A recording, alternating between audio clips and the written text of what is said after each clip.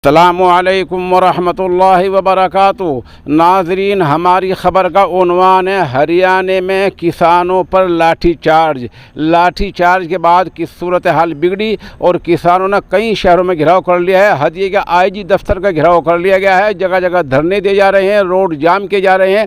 हरियाणा में सूरत हाल इस तरह की हो रही है। ख़बर थोड़ी तफसील से सुन लें।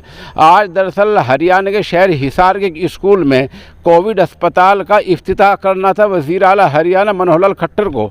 मनोहर लाल खट्टर हरियाणा के हिसार में कोविड अस्पताल का इफ्तिताह करने आए। जैसे ही वो इफ्तिताह करने पहुंचे तो सैकड़ों किसान वहाँ पहुंच गए और नारेबाजी की और ज़रिए कानून कृषि कानून की वापसी की मांग की। गो बैक के नारे नारेबाजी की। पुलिस ने जो रुकावटें खड़ी की थी उनको किसानों ने ट्रैक्टर ट्रैली से तोड़ दिया, सब हटा दिया और सब घिराव कर लिया बुरी तरह। इस तरह बहुत जल्दी में वज़ीर आला को वहाँ प्रोग्राम ख़त्म कर और वहाँ से हेलीकॉप्टर में वापस आना पड़ा।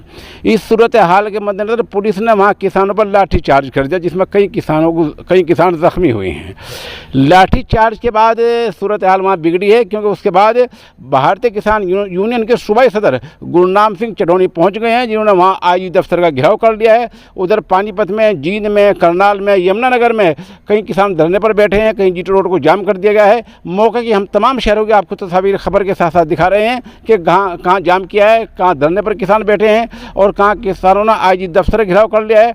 उधर बताया जा रहा है कि राकेश टिकैत ने यह भी ऐलान किया है कि कल यूपी में भी ऐसा कई अजला में हो सकता है। जैसे कि आज मुजफ्फरनगर में किसानों ने मुजफ्फरनगर शिव चौक पर किसानों ने हरियाणा के मामले को लेकर धरना दिया है। बहरहाल किसान भड़क गए हैं और हरियाणा में सूरत हाल ऐसी हो रही है और कई जगहों पर मुजाहरे हो रहे हैं और चौकों पर धरने दिए जा रहे हैं और आईजी दफ्तर को घेर लिया है और इस तरह की सूरत हाल बन रही है। हरियाणा के किसानों ने आज वज़ीर आला मनोहर लाल खट्टर की सख्त मुखालफत की है और नारेबाजी की है और साफ साफ कहा है कि ज़रिए कानून कृषि कानून की वापसी तक ऐसे कोई प्रोग्राम नहीं होने दिए जाएंगे, इनका बायकॉट किया जाएगा।